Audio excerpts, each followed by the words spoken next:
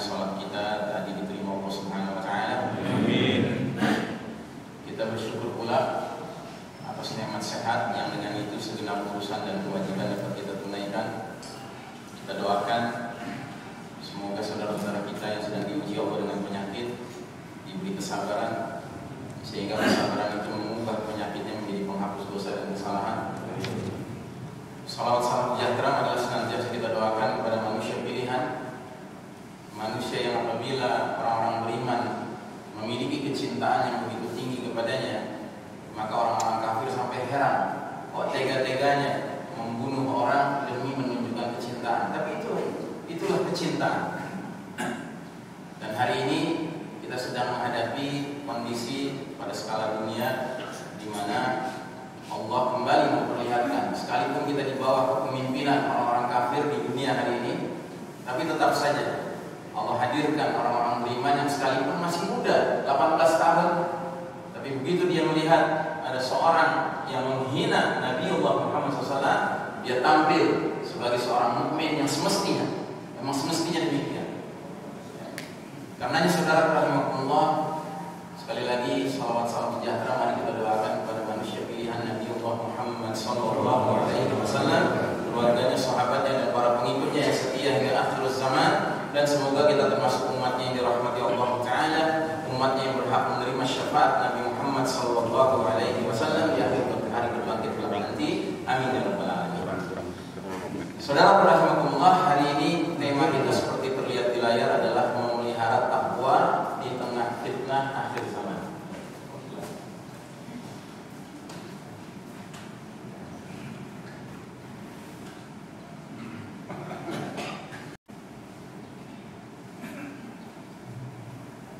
Ya, kalau kita lihat tema ini ada dua bahagian yang akan kita soroti, yaitu pertama fitnah akhir zaman dan yang kedua takwa.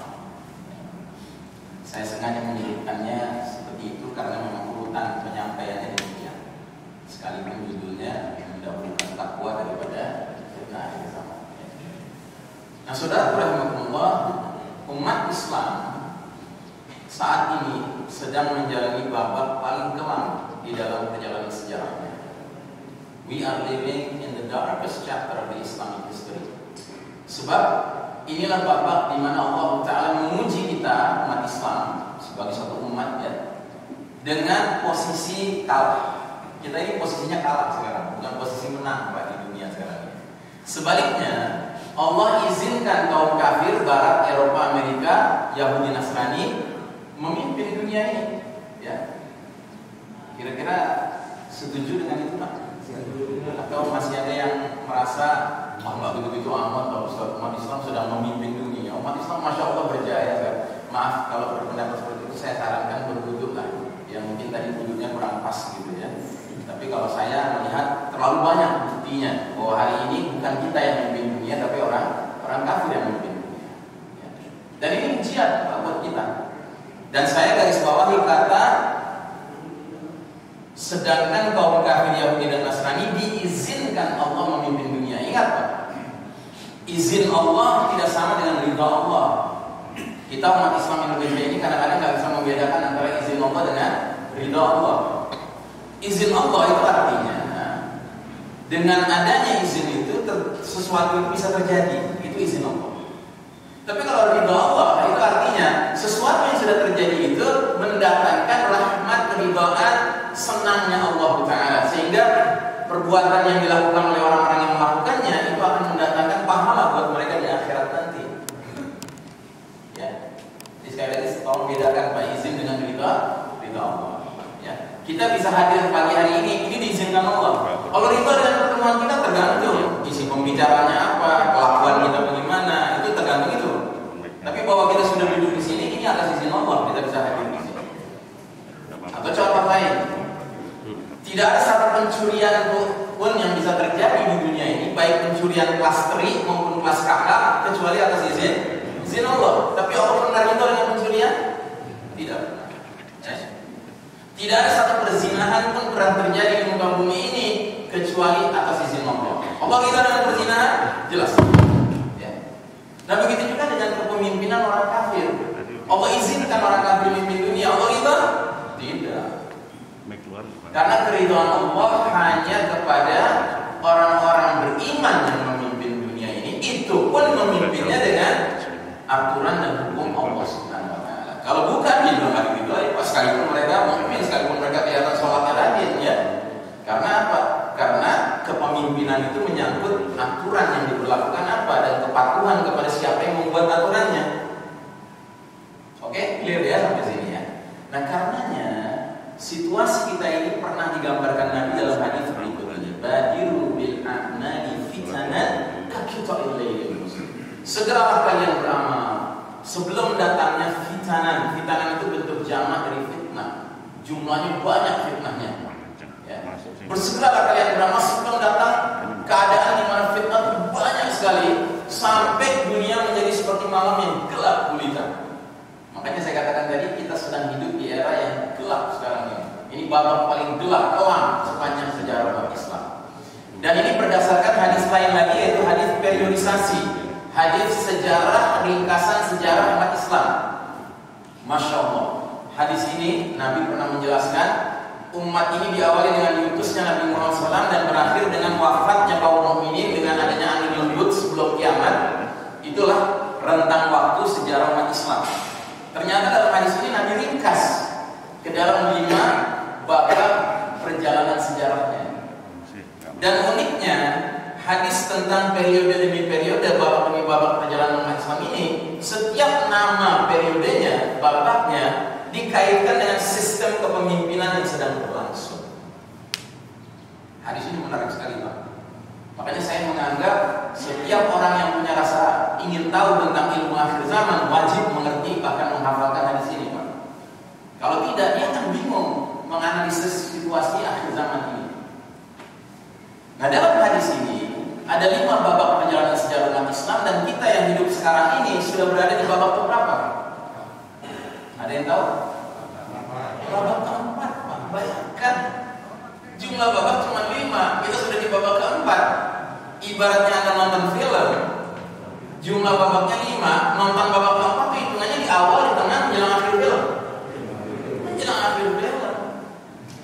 Dan kalau filmnya film laga, Pak, biasanya di babak keempat jagoannya lagi kalah. Iya. Dan kita nonton tegang banget sampai membayangkan mati jagoannya mati. Ya. Tiba-tiba menjelang berakhirnya film, babak kelima masuk gitu kan, jagoannya menang. Nggak dibahas, nggak diceritakan jawabannya nikah, punya anak, itu nggak diceritakan. Pokoknya jawaban yang menang, senyum, habis filmnya. Artinya babak kelima nanti sudah kita dalam.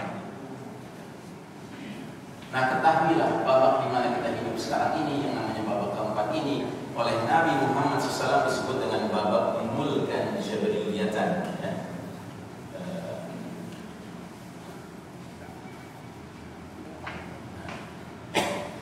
Jadi babak para penguasa yang memaksakan kehendak mereka. Ini Nabi yang bicara ya, bukan saya ya. Kalau saya yang bicara kesananya Anda boleh tolak, karena itu pendapat manusia yang bisa jadi mengandung khilaf. Ya. Tetapi yang bicara Nabi Muhammad SAW tidak pernah berdusta. Kalau Nabi bilang itu babak mulkan jabriyatan, para penguasa yang memaksakan kehendak, ya begitu adanya. Nah, ketahuilah babak keempat ini baru kita masuki belum lama, Pak. Kapan kita masuk ke babak keempat ini? Tahun 1342 Hijriah, alias persis 100 tahun yang lalu. Kita sekarang berada tahun 1442 Hijriah. Ya. Nah, apa yang terjadi pada tahun 1342 Hijriah? Sistem iman dan tauhid yang sudah berlangsung ribuan tahun Allah runtuhkan, Allah takdirkan dia runtuh, ya, atas izin Allah. Dan berlakulah ayat yang kami sebut sebagai ayat sunnah pergiliran, sunnatul tadabul. Jadi dalam Al-Quran ada ayat menjelaskan salah satu sunnah Allah di dunia ini, namanya sunnatul tadabul, sunnah pergiliran. Apa bunyinya? Wa tilkal ayyamu dawiluha bainan nas. Dan demikianlah hari demi hari, masa kemenangan dan kekalahan, kejayaan dan keruntuhan kami pergilirkan di antara umat manusia agar mereka bisa mengambil pelajaran. Jadi ketahuilah saudara rahimahullah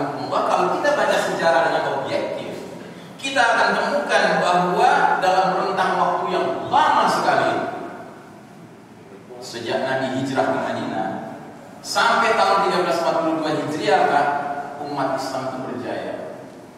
Kita memimpin umat manusia.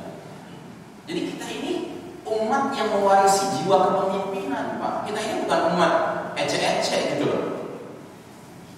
Cuman tidak banyak yang tahu itu.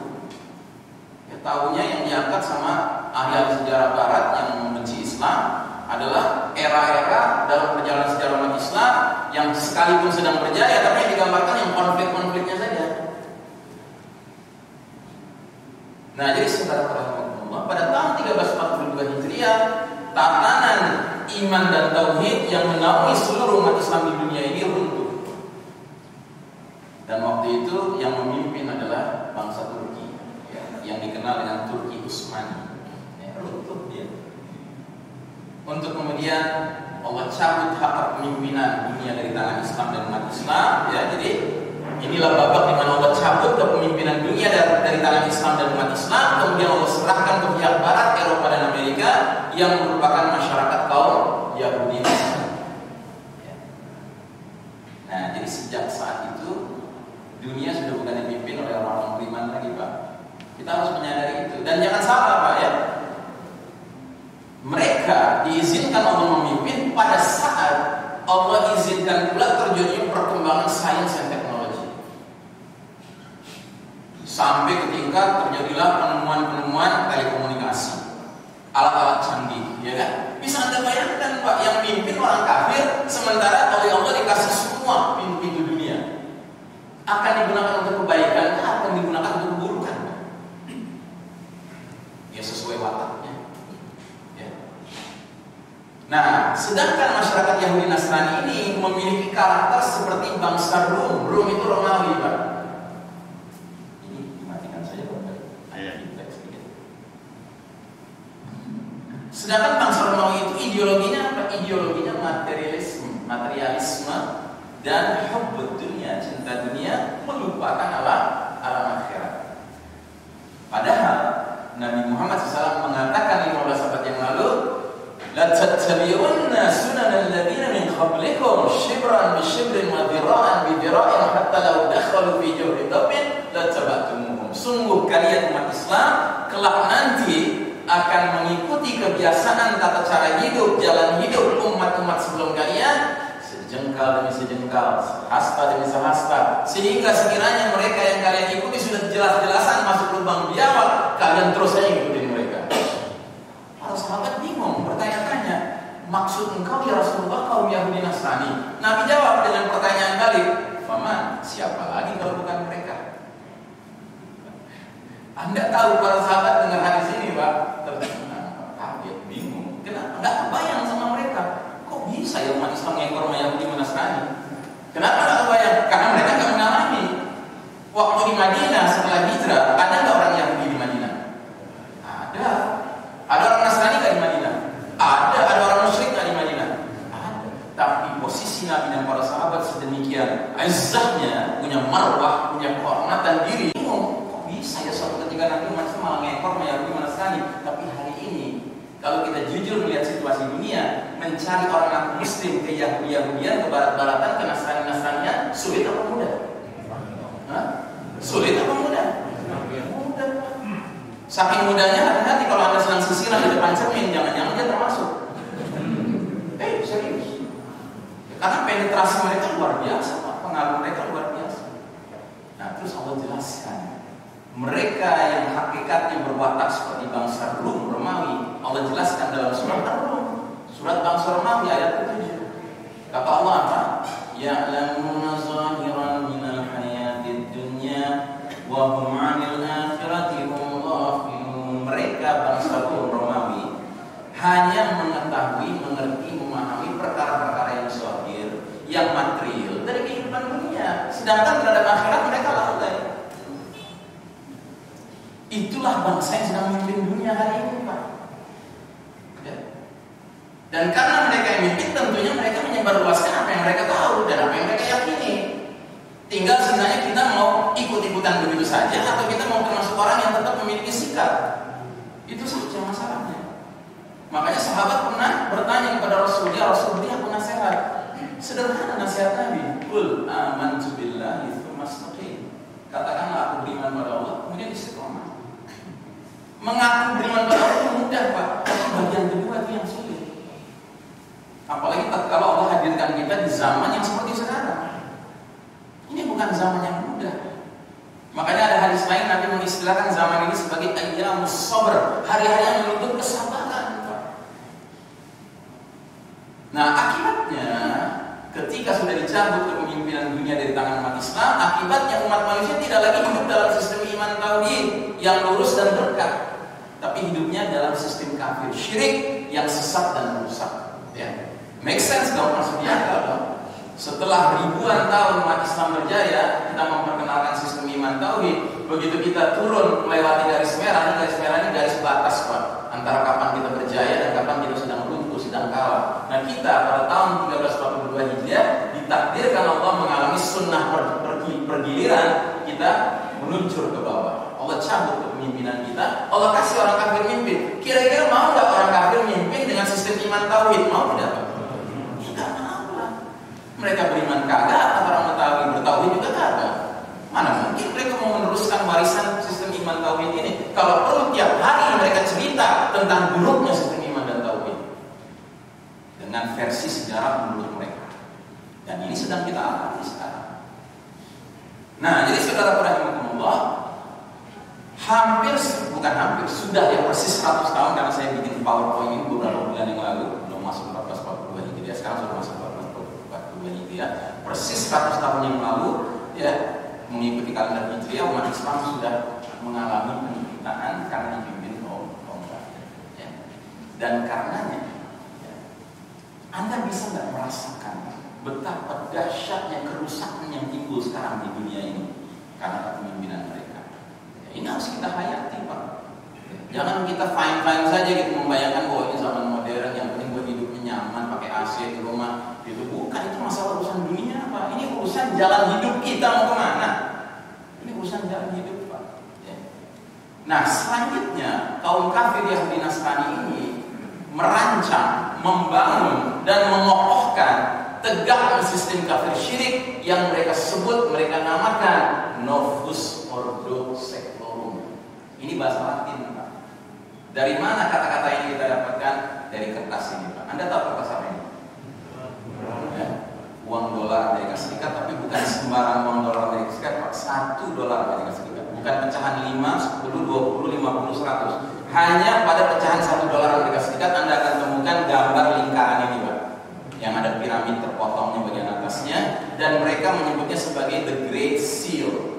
Seal itu materai, seal itu stempel, great itu agung, mulia. Jadi ini stempel yang mulia, ya, materai yang mulia, yang agung, ya, yang ada gambar piramida terpotong bagian atasnya. Piramida tunggal, Pak.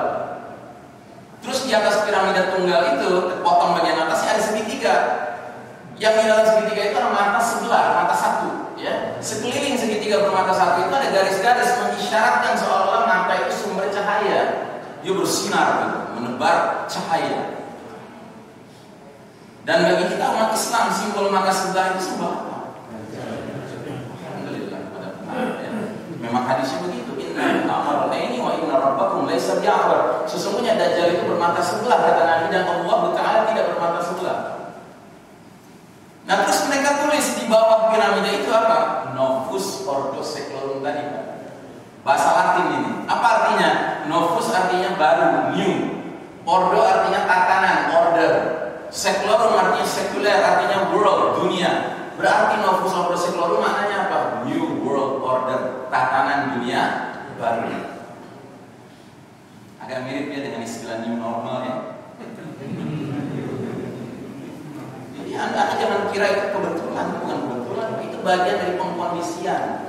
Kita mau dikondisikan untuk akhirnya nerima gitu loh, new normal, yang berarti new world order nanti. Jadi ini sebuah tatanan apa? Tatanan kehidupan di mana semua populasi planet bumi ini mau dimasukin dalam satu keranjang piramida tunggal yang mengerucut kepada pimpinannya bersimbolkan mata sebelah. Dan mereka tulis di atasnya Anwet Webtis, bahasa Latin lagi, Pak. Apa artinya Anwet Webtis? He has favored our undertakings. Dia, si mata sebelah itu, telah meridhoi, merestui berbagai upaya-upaya kami. Upaya apa? Upaya mewujudkan tatanan dunia baru. Upaya mewujudkan sebuah sistem yang hakikatnya menggelar karpet merah menyambut juru selamat mereka, Ad-Dajjal. Ustaz, apa mereka nggak tahu Dajjal itu jahat? Tahu. Cuma masalahnya mereka sudah kebalik-balik hatinya. Kan Allah bilang dalam surat Al-Fatihah, Allah bilang mereka itu adalah golongan al-maghdubi alaihim, golongan yang dimurkai Allah. Siapa yang dimaksud al-maghdubi alaihim? Sahabat bertanya, ya Rasulullah, man humul maghdubi alaihim? Siapa sih yang dimurkai Allah? Kata Nabi, al-Yahud, Yahudi. Wa man humud dhalun? Dan siapa yang tersesat itu dalam surat Al-Fatihah juga ujungnya? An-Nasara, Nasrani. Bayangin enggak? Nabi bilang yang dimurkai Allah Yahudi, yang sesat itu Nasrani. Yang mimpin dunia sekarang siapa? Mereka. Terus kita boleh begitu aja ngikut apa kata mereka?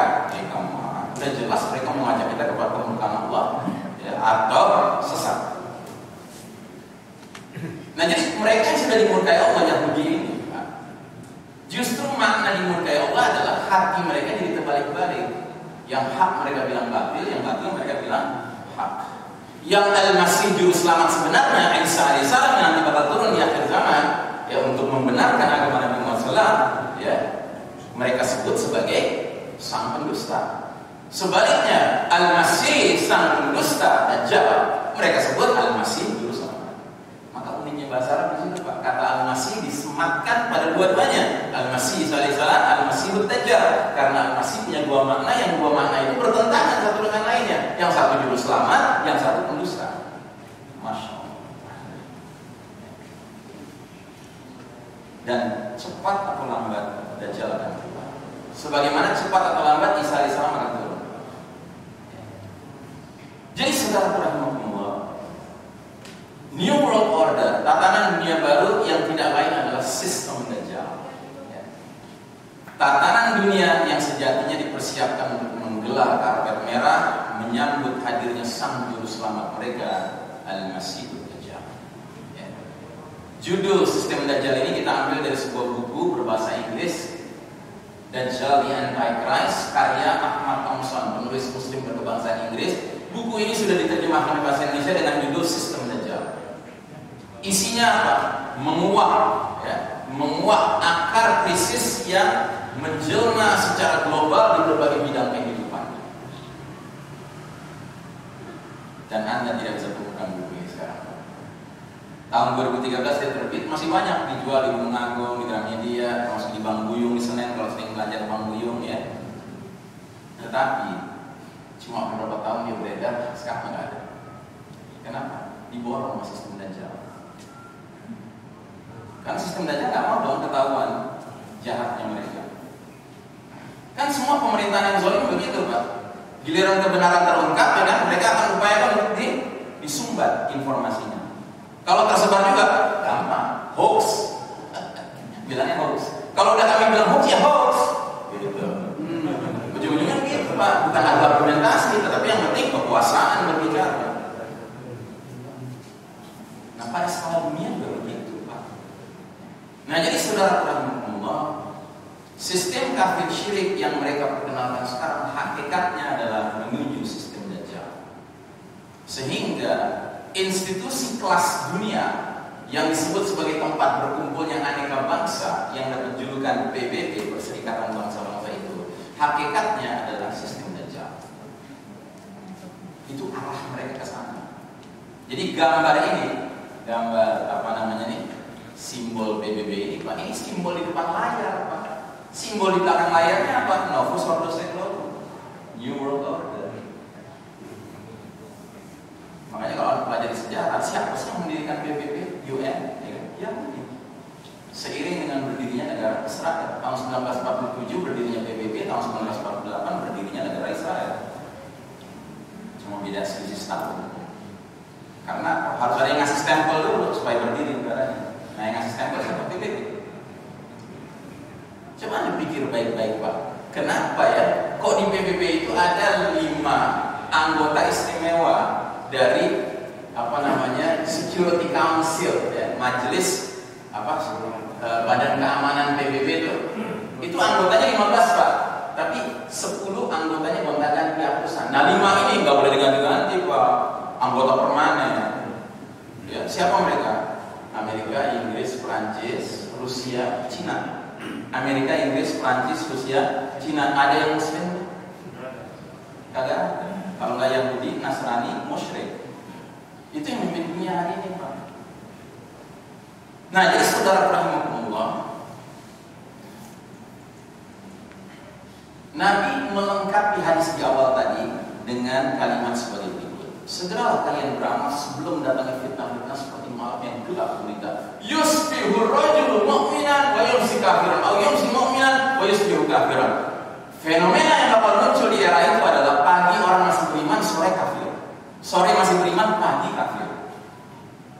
Jelas-jelas Nabi memilih kata pagi beriman, sore kafir, pagi mukmin, sore kafir.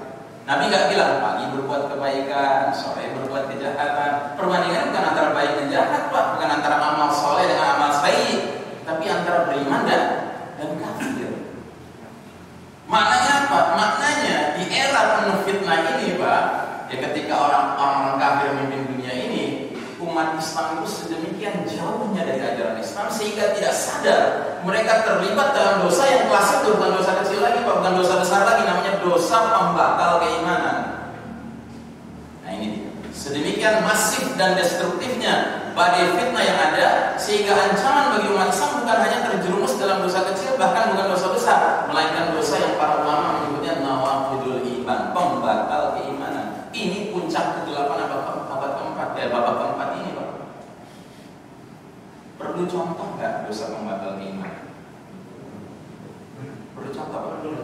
Siap. Ya siap ya namanya. Ya. Saya kasih 2 contoh aja.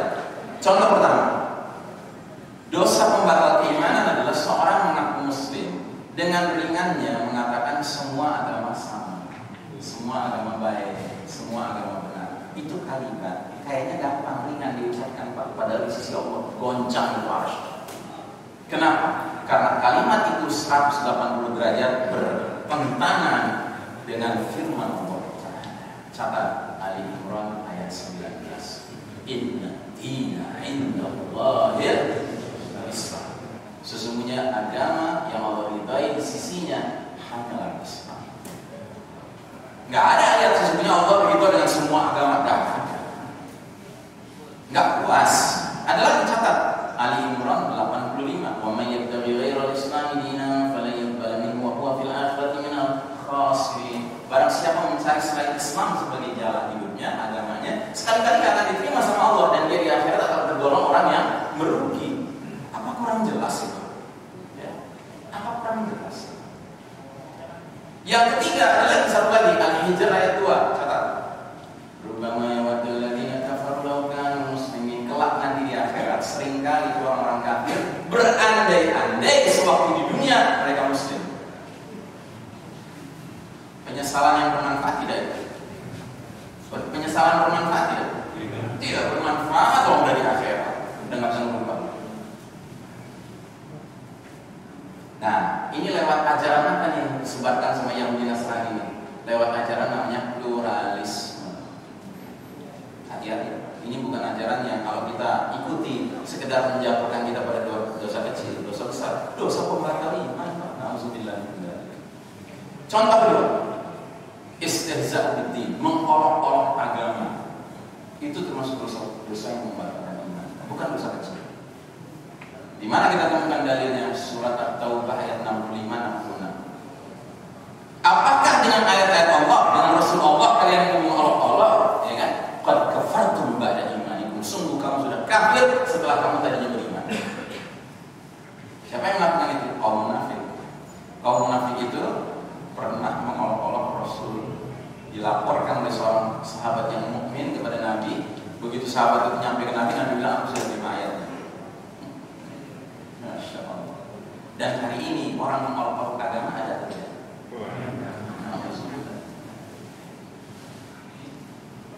Dan ternyata salah seorang ulama besar telah menulis buku, judulnya apa? Ya. Pedang terhunus bagi pencela Rasul. Itu hukumnya memang demikian, Pak.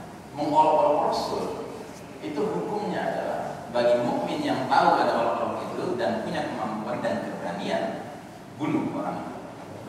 Memang begitu. Dan itu contoh sejarahnya ada. Tapi hari ini, Pak, orang mengolok-olok agama Allah, mengolok-olok Rasul itu dengan mudahnya kita temukan. Ya, dan sekarang ini sedang goncang, Pak. Saya khawatir saudara-saudara kita kaum muslimin mukminin di Perancis mesti kita doakan, Pak. Jangan sampai Allah datangkan azab ke negeri Perancis. Karena apa? Sekarang di pusat Paris itu, Pak, ada sebuah karikatur Nabi diolok-olok, dibuat billboard besar. Demi Allah, ini adalah satu kezaliman yang luar biasa. Sebab ini bukan pemimpin negara tertentu yang diolok-olok. Ini bukan ulama tertentu yang diolok-olok. Ini Nabiullah, ini Rasulullah, ini seorang manusia yang Allah sebut dengan julukan rahmatan lil alamin, rahmat bagi segenap alam semesta. Wa ma arsalnaka illa rahmatan lil alamin. Tiada kami utus engkau Muhammad SAW kecuali menjadi rahmat bagi segenap alam semesta. Allah yang bicara. Terus kemudian ada manusia mengolok-oloknya, manusia menghinanya. Bayangkan, Pak, apa itu bukan sebuah dosa yang mengerikan? Nah, jadi saudara-saudara, mudah-mudahan hidupnya kita di sini adalah bukti cinta kita kepada Nabi SAW. Kita jauh jaraknya dari Perancis, Pak.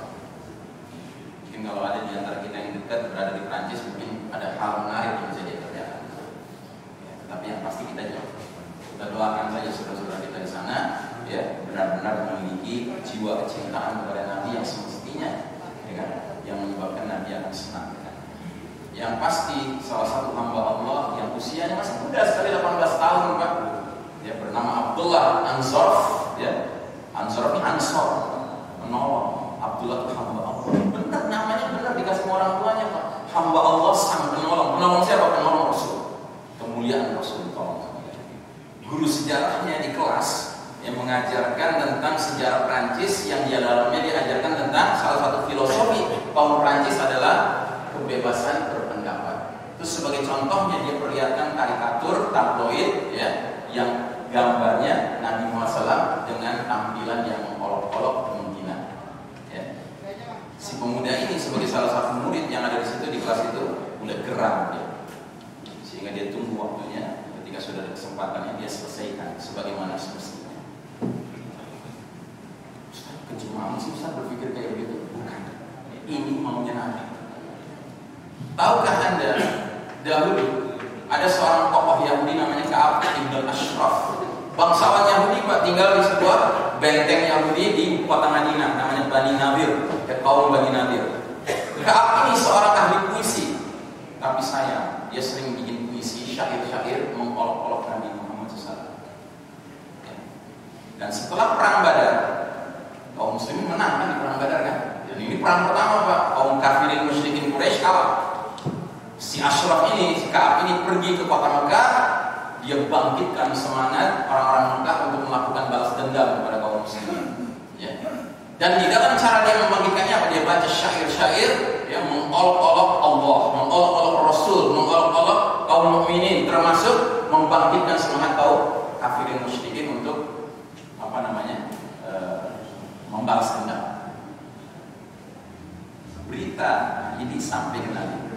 Pagi hari habis sholat subuh Nabi nanya kepada para sahabat, siapa di antara kalian mau mengurus Ka'ab bin Ashraf untukku? Seorang sahabat yang ternyata teman lamanya Ka'ab, teman lamanya dia dulu, teman lamanya waktu masih jahiliyah, dia teman mainnya. Namanya Muhammad bin Al-Mas'amah berdiri, dia bilang, aku siap ya Rasulullah. Alhamdulillah, kata Nabi. Ya Rasulullah, apakah kamu maksudkan agar aku membunuhnya? Kata Nabi, nah, benar. Ya. Akhirnya dia kerjakan, operasinya senyap, operasinya luar biasa di malam hari. Nah, ketika ditemukan mayatnya sudah mati di luar benteng, ya, maka orang-orang Yahudi pemuka-pemukanya datang esok harinya ke Nabi, langsung mereka mengeluh, ya Rasulullah, bukankah ada perjanjian damai antara kita dengan engkau, dengan kaum muslimin? Benar, kata Nabi. Terus ada semalam, kenapa salah seorang bangsawan kami, tokoh kami, Ka'ab bin Ashraf, mati dibunuh oleh kaum muslimin? Apa jawabannya? seandainya kamu bertingkah laku sebagaimana tingkah laku kalian pada umumnya, ya kan? Kami nggak akan melakukan apa-apa sama dia. Kami tahu bahwa kalian itu membenci Allah, membenci Rasul, membenci kaum mukminin, tetapi kami mengutarakan, kami membuat syair-syair yang menyakiti hati, kata. Dan siapapun di antara kalian, Yahudi, musyrikin, siapapun, ya kan, yang melakukan hal yang serupa lagi, nggak ada antara kami dan kalian kecuali pedang. Masya Allah. Ya. Jadi sudah rahimahullah, nggak ada cerita Pak Nabi dihina kita tenang-tenang saja, kita kemudian menegur orang yang melakukan pembunuhan kepada penghinanya, gitu kan? Nggak ada cerita. Justru Nabi puas hati. Makanya ketika Muhammad bin Al-Maslamah datang memberi laporannya, Nabi belum datang, baru mendekat saja Muhammad, langsung Nabi bilang, aku sepertinya melihat wajah berseri-seri. Terus kata Muhammad bin Maslamah, benar ya Rasulullah, semalam sudah selesai tugas yang kau berikan kepada aku. Terus kata Muhammad bin Maslamah, ya Rasulullah, aku lebih senang lagi melihat wajah engkau berseri-seri. Masya Allah. Jadi saudara rahimahullah, itu orang beriman. Orang beriman tahu skala prioritas Pak. Kecintaan kita kepada Rasul nggak bisa ditandingi dengan kecintaan kita kepada siapapun, ayah kita, ibu kita, diri kita sendiri. Umar bin Khattab gandengan tangan jalan sama Nabi, mesra betul, dua sahabat. Tiba-tiba dalam keadaan kemesraan itu Umar bin Khattab mengutarakan isi hatinya, dia bilang, ya Rasulullah, di dunia ini selain diriku tidak ada manusia yang lebih kucintai selain daripada engkau. Dia lepas tangannya Umar, terus kata Nabi, lam tu'min, kau belum beriman ya Umar. Diulangi lagi kalimatnya, ya Rasulullah, di dunia ini setelah diriku tidak ada manusia yang lebih mencintai selain daripada engkau. Lam tu'min ya Umar, kamu belum beriman ya Umar. Umar itu cerdas, langsung dia koreksi, dia bilang, ya Rasulullah, di dunia ini tidak ada manusia yang lebih mencintai selain daripada engkau, termasuk diriku sendiri. Al-an tu'min ya Umar. Nah sekarang kau baru beriman ya Umar. Masya Allah. Jadi saudara-saudara, ini fitnah di sana. Sekarang kita bicara takwa. Allah Ta'ala mengatakan, ya ayyuhalladzina amanu in tattaqullaha yaj'al lakum furqanan. Hai orang-orang beriman, jika kamu bertakwa kepada Allah, niscaya Allah akan berikan padamu furqan, kemampuan membedakan mana yang hak, mana yang batil, mana yang halal, mana yang haram, mana yang diperintahkan Allah, mana yang dilarang Allah, mana yang sunnah, mana yang bid'ah. Ya. Itu kita akan miliki Pak kemampuan itu kalau kita takwa. Makanya nasihat bertakwa itu menjadi wajib bagi seorang khatib Jumat. Setiap pekan dia wajib menyampaikan nasihat takwa kepada jemaahnya. Kenapa? Karena ketakwaan akan menyebabkan orang memiliki kemampuan membedakan hak dan batil. Sedangkan kita sedang hidup di era di mana hak dan batil sedang dipulak-balik, Pak. Lah yang memimpin Yahudi. Nah, jadi saudara rahimahullah, dalam surat Al-Maidah ayat 3, Allah mengatakan, al-yawma ya'isal ladzina kafaru min dinikum fala takhshawhum wakhshawun. Pada hari ini orang-orang kafir sudah putus asa mengalahkan agamamu. Karenanya jangan kamu takut sama mereka, tapi takut padaku, kata Allah. Al-yawma akmaltu lakum dinakum wa atmamtu 'alaikum ni'mati wa raditu lakumul Islam dinan. Pada hari ini telah kusempurnakan agamamu untukmu, telah kucukupkan nikmatku bagimu, dan telah kuridhoi Islam sebagai agama bagi kalian. Masya Allah. Ini ayat turun menjelang Nabi wafat. Artinya tugas Nabi hampir tuntas. Dan itu juga artinya apa? Bangunan Islam sudah berdiri megah dengan semua pilar-pilarnya. Dan orang kafir menyaksikan itu semua berputus asa mengalahkan agama ini. Tapi kalau diingat, kata Allah, hari ini orang-orang kafir sudah berputus asa mengalahkan agama, bukan mengalahkan kamu. Agamamu dengan kamu beda kan? Beda. Kamu itu siapa? Kamu itu Muslim. Agamamu itu apa? Islam. Islam itu ajaran dari Allah, gak punya cacat celah, gak punya kekurangan sama sekali. Tapi kalau Muslim, yang namanya Muslim kadang kuat, kadang lemah, ya, kadang beriman dengan baik dan benar, kadang bahkan bisa jadi munafik. Nauzubillah min dzalik. Ya. Makanya yang mereka lakukan orang-orang kafir itu bukan menghantam Islamnya, Pak, menghantam kitanya, Pak. Dengan cara apa? Kita dijauhkan dari Islam. Nah, makanya kata Allah, fa'aqim wajhaka lid-dini hanifah, surat 30 ayat 30, surat Ar-Rum, surat bangsa Rum ayat 30. Kata Allah, hadapkan wajahmu dengan Islam ajaran sesuai fitrah Allah yang menciptakan manusia menurut fitrah itu. Jadi nggak ada agama lain yang sesuai fitrah manusia Pak, kecuali Islam. Manusia itu fitrahnya apa? Kalau lapar perlu makan, kalau haus perlu minum, ya kan? Kalau sudah dewasa tumbuh kebutuhan biologis seksual perlu nikah, dan nikahnya mesti dengan lawan jenis, itu fitrah. Jangan dengan yang sejenis, nggak bisa. Karena Bani Adam ini bisa berkembang biak karena dari Adam dan Hawa, bukan dari Adam dan Ismail, ya kan? Dari Adam dan Hawa, bukan dari Eva dan Hawa, ya kan? Nah, jadi saudara rahimakumullah, hadapkanlah wajahmu kepada Islam yang sudah sempurna ini. Nah, cuma karena ada perbedaan antara Islam dan umat Islam, keluarlah hadis seperti ini. Nabi pernah mengatakan, la tunqadanna urul Islam bi urwatan urwatan fa kullu man taqala urwatan tashabbatha an-nas billati taliha.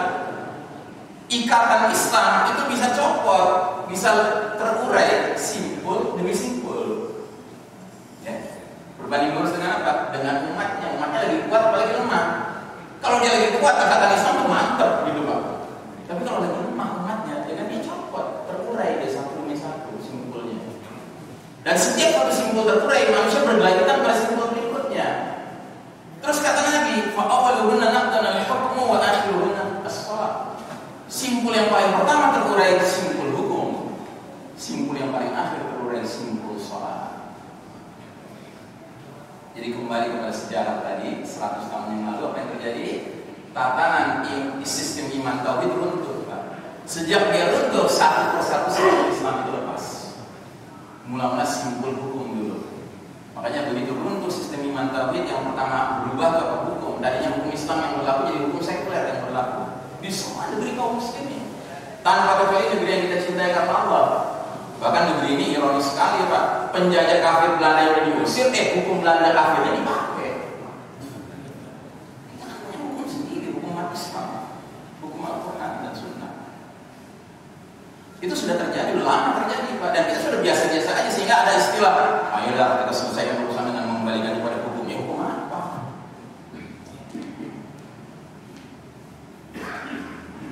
Nah jadi saudara rahimakumullah, bukan hanya hukum yang kemudian terurai, sejarah mencatat politik terurai. Sehingga politik Islam sekarang bingung kita mana yang politik Islam.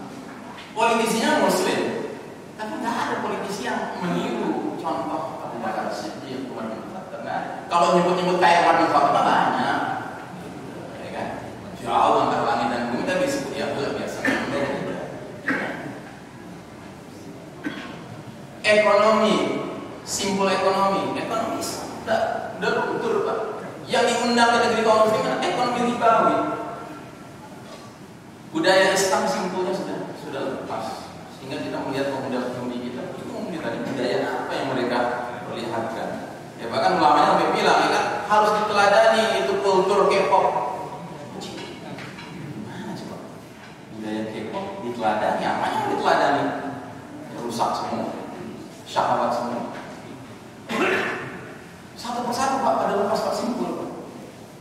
Simpul pendidikan lepas Pak. Simpul medis lepas. Dulu kita mengenal tibun nabawi, pengobatan cara Nabi. Para tabib itu punya prinsip wa idza maridtu fa huwa yashfi, itu ayat. Apabila aku sakit, Allah yang menyembuhkan. Jadi dia tahu, dia sadar sebagai tabib menangani pasien. Itu nggak boleh sok tahu gitu.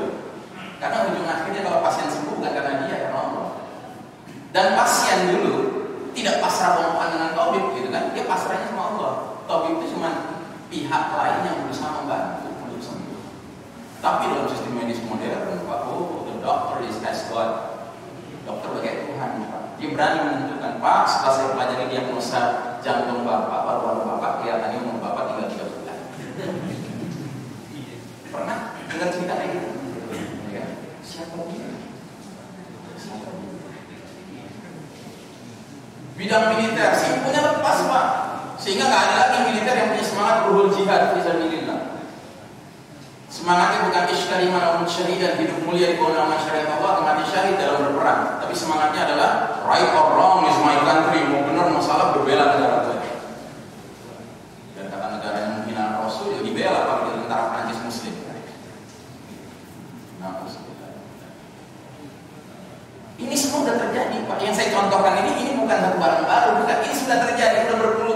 terjadi. Cuma yang sekarang di depan mata kepala kita yang sedang terjadi apa Pak? Simpul sholat ya macam-macam. Saya bilang ya acak-acak karena nanti ada dalilnya. Saya akan jelaskan dalilnya, tapi belum saya sampai ke dalilnya. Yang penting kita sadar dulu bahwa ta'un wabah dalam sejarah Islam bukan barang baru. Ta'un sudah pernah terjadi masalah.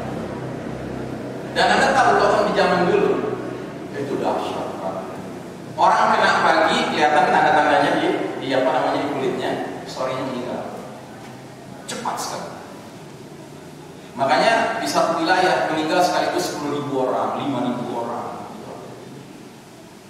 Tapi nggak ada catatan sejarah sekaligus begitu banyak yang meninggal, sekalipun begitu dahsyatnya penyakitnya. Terus ada catatan sejarah masjid sempat ditutup, nggak ada.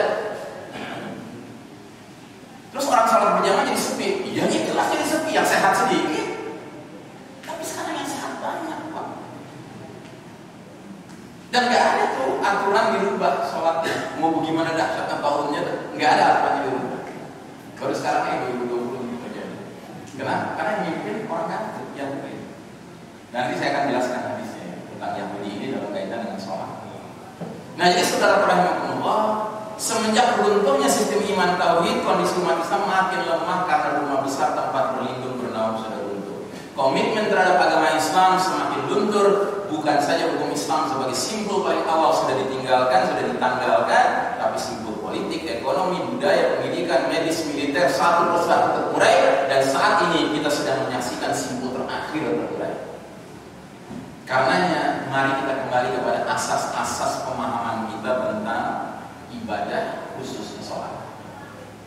Apa kata para ulama kita? Kaidah fikih yang agung dalam agama ini, al-aslu fil ibadatu al-hadar. Hukum asal dalam urusan ibadah ini ibadah ritual ya, ibadah seremonial, contohnya sholat. Itu hukum asalnya itu terlarang, Pak, haram. Jadi nggak ada seorang muslim boleh mengatakan gue sedang sholat tapi dia bikin cara sholatnya sendiri. Itu nggak ada cerita, Pak. Sholat itu mengikuti kaidah ucapan Nabi Muhammad SAW yang mengatakan sallu kama ra'aitumuni usolli. Sholat kalian sebagaimana kalian lihat aku sholat. Jangan dikatakan nggak boleh. Pintu inovasi, kreativitas untuk urusan ini nggak ada. Yang ada adalah copy paste. Begitu adanya, begitu kita kerja. Ya. Nah, karenanya mari kita simak pesan-pesan Nabi dalam urusan ini. Rasulullah SAW datang kepada kami, para sahabat, mengusap bahu-bahu dan dada kami, lalu beliau berkata, la takhtalif sufufukum fatakhallaf qulubukum. Janganlah saf kalian berselisih sehingga hati kalian berselisih. Dalam hadis yang lain kata Nabi, tegakkanlah saf-saf kalian, sejajarkanlah pundak-pundak kalian, tutuplah celah-celah antara kalian, dan lemah lembutlah terhadap tangan saudara kalian. Terus diulang lagi, salah diulang lagi. Kata Nabi apa? Janganlah kalian biarkan celah-celah itu untuk syaitan. Kalau di masjid ini masih lumayan, Pak. Kalau di masjid lain, tempat buat syaitan dikasih tanda. Dikasih tanda, ini tempatnya. Di sini enggak, ini tempat untuk manusianya yang kasih tanda. Tapi yang nggak ada tandanya berarti syaitan. Enggak, ingat ini Nabi yang ngomong, bukan saya. Nabi itu bisa melihat yang baik, kita nggak bisa melihat yang baik. Ingat janji di awal tadi, Pak. Kita mencintai Nabi, kita mengagungkan Nabi. Berarti apapun yang Nabi ucapkan kita mestinya ikuti. Imam Syafi'i rahimahullah pernah mengunjungi makam Nabi. Di atas makam Nabi dia mengeluarkan kalimatnya yang terkenal, Pak. Ucapan yang terkenal, dia bilang apa? Pendapat siapapun selain penghuni makam ini boleh diterima, boleh ditolak. Tapi kalau sudah pendapat penghuni makam ini yang berbicara, wajib hukumnya kita mengikuti. Nah, jadi saudara rahimahullah, kita teruskan. Ini terusannya ini agak serem. Waman wasala safan wasallallahu, waman qata'a safan qata'ahu Allah. Barang siapa menyambung shaf, Allah sambung dia. Barang siapa memutus shaf, Allah putus dia. Ini urusan apa? Sambungan urusan rahmat Allah. Bayangkan kita kita merasa sudah menjalankan kewajiban kita sholat berjamaah di masjid, ternyata jauh dari rahmat Allah karena sengaja kita memutus sholat. Tapi Ustaz, ulama-ulama udah bersepakat, Ustaz, Masjidil Haram begini, Masjid Nabawi begini. Maaf, saya ingatkan sekali lagi. Apa mereka benar-benar dari ide mereka itu keluar itu fatwa-fatwa itu? Apa benar-benar ide atau ada pesanan dulu dari Badan Dunia di bidang kesehatan yang ternyata dikuasai siapa? Badan Dunia bidang kesehatan siapa yang dikuasai? Yahudi. Nah, jadi saudara rahimakumullah, kita lanjutkan. Nabi bertanya kepada para sahabat, mengapa kalian tidak berbaris bersaf sebagaimana para malaikat berbaris di hadapan Allah? Bingung para sahabat, nggak pernah lihat malaikat. Akhirnya sahabat tanya, ya Rasulullah, bagaimana sih para malaikat berbaris di sisi rohnya? Kata Nabi, mereka mendahulukan saf Allah dan mereka menempel satu sama lain. Jadi Nabi itu ingin kita ini orang-orang beriman ini, sekalipun kita manusia yang penuh khilaf ini, itu kalau lagi sholat berjamaah itu kayak malaikat, Pak. Dan itu kebanggaan Nabi, yang mestinya jadi kebanggaan kita juga, Pak. Yang mestinya kita nggak berita pada pihak manapun berusaha mengacau-acau. Apapun alasannya. Ya. Tolong dilihat gambar berikut ini, Pak, dengan perasaan tenang.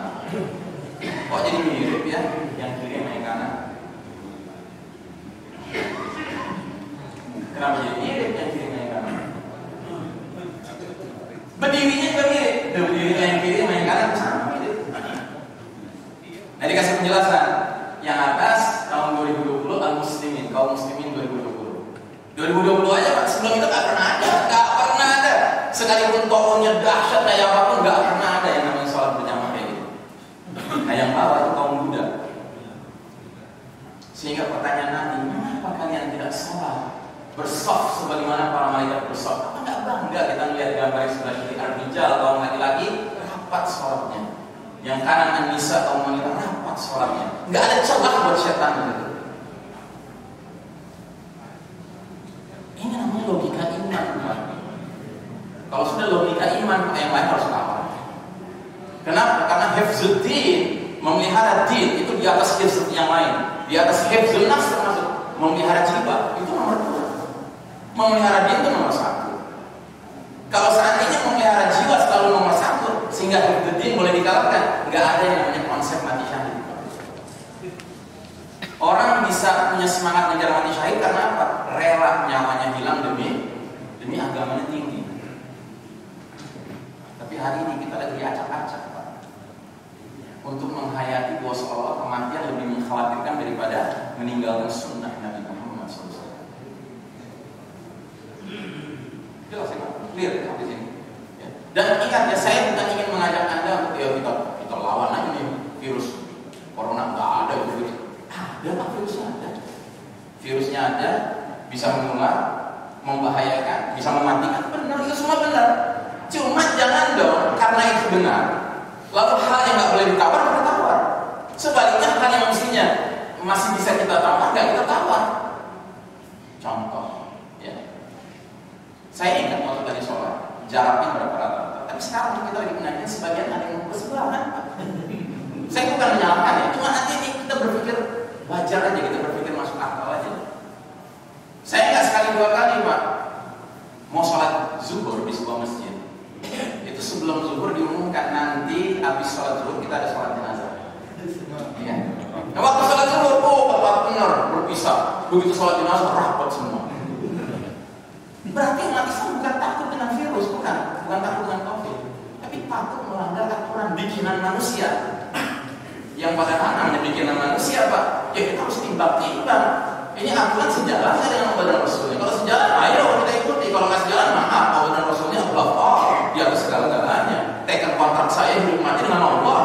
Apalagi untuk urusan ibadah yang nggak bisa digantikan orang lain.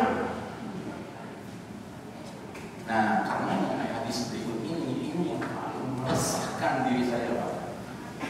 Kata Nabi SAW, sesungguhnya umatku akan datang dengan wajah, kaki, dan tangan yang bercahaya bersinar karena bekas wudhu. Kapan? Di hari berbangkit nanti. Aku menyambut mereka di telaga. Ada telaga, Nabi berdiri di sampingnya. Telaga itu isinya air yang jernih, yang bersih, yang setiap muslim lewat situ akan dibagi sama Nabi, dan setiap muslim yang minum dari air telaga Nabi tidak akan haus selama-lamanya di padang mahsyar, padahal panasnya luar biasa di padang mahsyar. Terus apa kata Nabi? Ketahuilah, ada beberapa orang akan dihalang-halangi mendatangi telaga itu, sebagaimana onta hilang yang dihalang-halangi. Aku panggil mereka, kemari, karena Nabi lihat wajah mereka bercahaya, tangan mereka bercahaya, kaki mereka bercahaya, tanda dulu di dunia berwudu, bahkan sholat. Dihalau. Yang menghalau siapa? Ya malaikatnya yang menghalau. Akhirnya malaikat itu menjelaskan, sesungguhnya mereka telah mengganti ajaranmu setelah ini. Akhirnya yang tadinya Nabi panggil, Nabi katakan menjauh. Nabi nggak mau dekat-dekat sama orang yang mengubah ajarannya. Dan ajarannya itu terutama dalam urusan ibadah yang nggak boleh diubah sama sekali. Makanya kalau bapak dan ibu memperhatikan, tadi saya sholat dengan anak saya nempel, karena saya nggak menguasai masjid ini. Aturan di masjid ini bukan di tangan saya, tapi saya menguasai diri saya, anak saya. At least di depan Allah saya sudah nyatakan ya Allah, saya tetap mengikuti sunnahmu sekalipun sekeliling saya kampanye belum menegakkannya. Nah, jadi saudara rahmatullah, surat Al-Maidah 82, apa kata Allah? La tajidanna syaddan nasi adawatan lil ladzina amanu al-yahuda wal ladzina asyraku. Sungguh kamu Muhammad sallallahu alaihi wasallam akan mendapati orang-orang yang paling keras permusuhannya terhadap orang-orang beriman adalah kaum Yahudi satu dan kaum musyrikin dua, dan mereka yang sedang pimpin dunia hari ini. Sementara dalam hadis Nabi mengatakan, innal yahuda qad sa'u dinahum, sesungguhnya orang-orang Yahudi sudah bosan dengan agama mereka, dan mereka adalah kaum yang bersifat hasad, dan mereka hasad kepada kita kaum muslimin dalam 3 perkara. Perkara pertama apa? Raddis salam. Seorang muslim ketemu muslim lain yang mengucapkan assalamualaikum, dijawab nih waalaikumsalam. Nah, yang dijawab ini hasad Yahudi sama yang dijawab. Kenapa? Karena itu menunjukkan ada ukhuwah di antara umat Islam, ada kasih sayang karena Allah, ya. Itu Yahudi nggak senang melihat umat Islam itu berukhuwah. Yahudi nggak senang umat Islam ketemu jabatan tangan, makanya dilarang jabatan tangan. Padahal kata Nabi, begitu jabatan tangan dosa-dosa Allah. Nabi nggak senang umat Islam saling berbagi sedekah, ya, dan salah satu sedekah kita adalah senyum. Sengaja sekarang harus ditutup, nggak boleh kelihatan. Ini Yahudi punya kerjaan, Pak. Ustaz kan menular, Ustaz cakap kita menular. Memang gampang menularnya. Pernah dengar Ustaz Ahmad Al-Habsyi? Pernah tahu Ustaz Ahmad Al-Habsyi? Masih muda dia. Dia kemarin kena COVID, Pak. Dan COVID-nya kelas berat, Pak. Yang udah sampai megang. Nah, pasti udah kayak gitu. Yang apa namanya? Yang kalau masuk rumah sakit pasti dipasangin ventilator. Pada keluarganya mengantar dia ke rumah sakit yang spesial, yaitu di Purwakarta, namanya rumah sakit holistik. Pendekatannya nggak pendekatan medis modern sistem Dajjal ini murni, tidak, tapi pakai pendekatan timbun nabawi, herbal dan sebagainya. Alhamdulillah sembuh. Dan yang lebih menariknya lagi, dia waktu dirawat lagi megang-megang, dia heran istrinya disuruh duduk di sampingnya megang tangan dia, padahal dia udah jelas PCR-nya COVID berpositif dan kasih berat. Istrinya suruh duduk sampingnya megang tangan. Perawat-perawat yang ngurus dia nggak ada yang pakai APD, kan? Sehingga dia bertanya setelah sembuh sama Dr. Hussein, pimpinannya di situ, dok, ini gimana Pak? Pada takut ketularan? Ketularan itu jelas, kalau lewat batuk, lewat bersin, asal itu gua dihindari, aman. Kalau kita lagi sholat, memang kita batuk ke tetangga. Enggak, kita batuk ke depan, Pak. Depan ada jalan.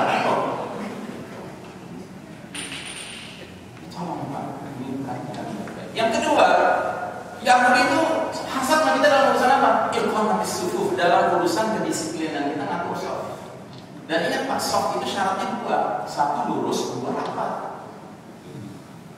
Saya belum pernah sebelum 2020 ini dengar ada imam kalau mimpin sholat luruskan soft, berhenti. Nggak ada yang imam pimpinnya. Cuma tahun 2020 ini aja, haji, ini kemana nih? Kok berani benar dia merubah apa yang Nabi sudah ajarkan? Saus luruskan dan rapatkan soft. Pernah ada video Pak beredar di YouTube. Seorang Muslim mewawancari seorang jenderal militer Amerika. Dia bilang gini, Pak Jenderal, Apa pendapat Bapak kalau Bapak dikasih tugas mengatur barisan 2 juta prajurit yang tadinya nggak berbaris? Kira-kira berapa lama waktu diperlukan? Mikir, akhirnya dibagi kira-kira sebulan lah. Terus sama si muslim dikasih lihat video apa? Umat Islam di musim haji sedang tawaf mengelilingi Ka'bah. Tapi musim haji yang normal ya, bukan yang sekarang karena zaman yang ramai itu loh Pak. Jadi lihat tuh, ada yang tawaf, ada yang lagi sholat, macam-macam. Tapi yang tawaf banyak. Begitu azan berkumandang, yang tawaf berkurang, tapi masih ada yang tawaf. Begitu qomat berkumandang, semua tiba-tiba dalam 2 menit, 3 menit udah rapi, lurus dan rapat semua. Lemong jenderal militer. Nah yang dibenci Pak sama kita dalam kedisiplinan kita menegakkan sholat. Makanya sekarang yang lagi terbahak melihat Masjid Nabawi, Masjidil Haram ini. Ustaz, kenapa bisa begitu Masjidil Haram kita? Ya sederhana aja. Waktu Erdogan ngerubah museum jadi masjid, ada nggak ucapan selamat dari ulama-ulama di Saudi? Ada nggak ucapan selamat? Nggak benar. Waktu di India, Masjid Babri diambil alih sama Hindu-Hindu ekstrim, dinistakan, ada nggak celaan dari ulama-ulama di Saudi? Dan Anda tahu, sekarang itu ribuan ulama yang lempeng, yang lurus, ada di dalam tahanan, dalam penjara di sini. Ya, termasuk Syekh Abdullah Basfar, seorang hafiz Quran yang bacaan tilawahnya Masya Allah, ya kan?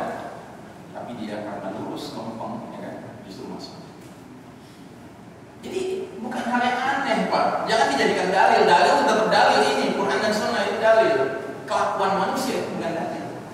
Karena kelakuan manusia kadang bisa benar, kadang bisa salah. Nah yang ketiga, hasadnya yang bingung kita dalam urusan apa? Dalam urusan ucapan kaum muslimin di belakang imam mereka dalam sholat-sholat wajib, yaitu kalimat amin. Berarti sholat jahar, maghrib, isya, subuh dan sholat Jumat. Makin kencang suara aminnya, makin hasad ya. Makanya mereka bikin aturan gimana caranya masjid yang mestinya muat 1000 orang cukup 300 orang aja supaya volume aminnya kecil. Kan sekarang begitu kan? Otomatis dong, tadinya 1000 yang amin dengan 300 beda suaranya kan. Ya kalau perlu di lockdown aja lah di masjid. Jadi saudara rahmatullah, inilah yang ingin saya sampaikan di hari yang baik di mana kita sedang berusaha untuk mengenal ya manusia pilihan. Dan saya sering mengatakan dari sekian banyak hal yang bisa kita lakukan sebagai ekspresi kemarahan kita terhadap kelakuan pihak Prancis sekarang ini memasang billboard gede-gede karikatur mengejek Nabi kita adalah salah satunya kita buktikan dengan kita tetap berpegang pada sunnah Nabi. Dan sunnah Nabi itu salah satunya adalah dalam urusan yang paling mendasar yaitu sholat wajib kita. Ya. Dan Anda tidak perlu khawatir karena pada hakikatnya pihak-pihak yang sedang mengatur Anda mereka diatur orang, bukan mereka maunya mereka juga tidak. Ini mereka diatur. Nah, orang yang atur ini ujung-ujungnya siapa biang keroknya dia. Mudah-mudahan Allah Taala memelihara iman Islam kita. Mudah-mudahan Allah Taala menjadikan kita pengikut Nabi Muhammad SAW yang diterima amal ibadah kita.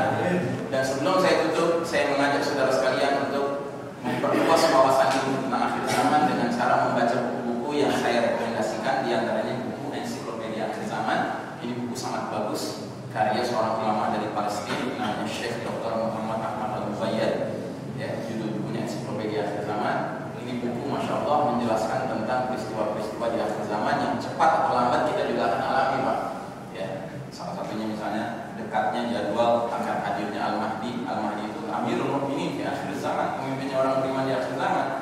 Yang mana kata Nabi, kalau kalian sudah lihat tanda-tanda kemunculannya, segera berbaikat dengannya sekalipun harus merangkap-rangkap di atas salju karena dialah Khalifatullah Al-Mahdi. Dia akan ngajak kita berpindah dari babak keempat sekarang ini menuju babak kelima nanti Pak. Ya, babak kelima adalah babak tegaknya kembali kejayaan Islam. Nah, ada lagi buku negeri-negeri akhir zaman. Ada lagi buku 400 hadis akhir zaman. Ada lagi buku misteri Dajjal akhir zaman. Dan ada buku kita berada di akhir zaman. Ya, ini Anda bisa dapatkan di depan. Ada yang menjaga stand sederhana di luar. Ya. Dan kalau yang ingin memesan lewat WhatsApp atau SMS bisa mencatat nomor yang tertera di situ. Ya. Demikianlah.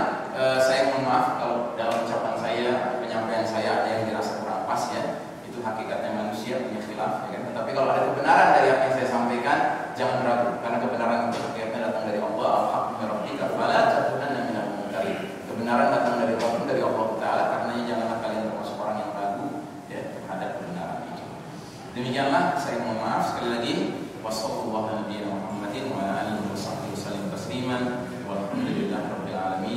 Wassalamu